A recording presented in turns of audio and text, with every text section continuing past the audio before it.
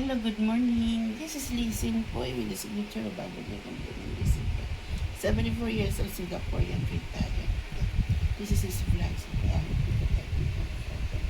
we're having our family brunch at Block 4, the World of Singapore. April 13, 2026. Okay, my son, let me just share this thing. We're having a bihon kimchi, okay, with pepper lamb and fried dumpling, okay. Enjoy folks at Block 4, the World of Singapore.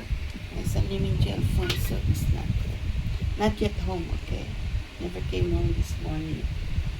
He called me yesterday night. He said he wanted to go to JB Malaysia.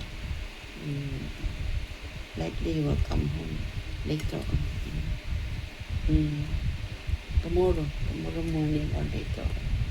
Okay, enjoy folks at Block 4, the World of Singapore, our family brunch, okay? April 13, 2026 at Block 4, the World of Singapore. Enjoy!